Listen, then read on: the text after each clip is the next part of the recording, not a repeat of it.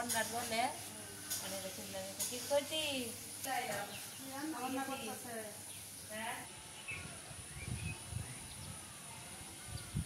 আরো বেশি এদিক দিয়ে সাইড দিলাম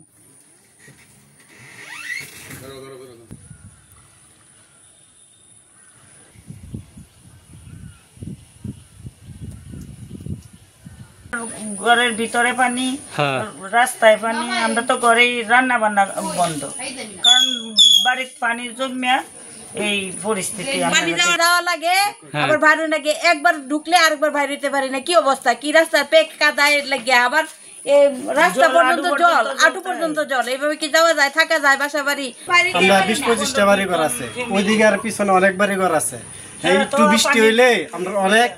অনেক সমস্যা যে একটা ড্রেন যদি হয়ে যেত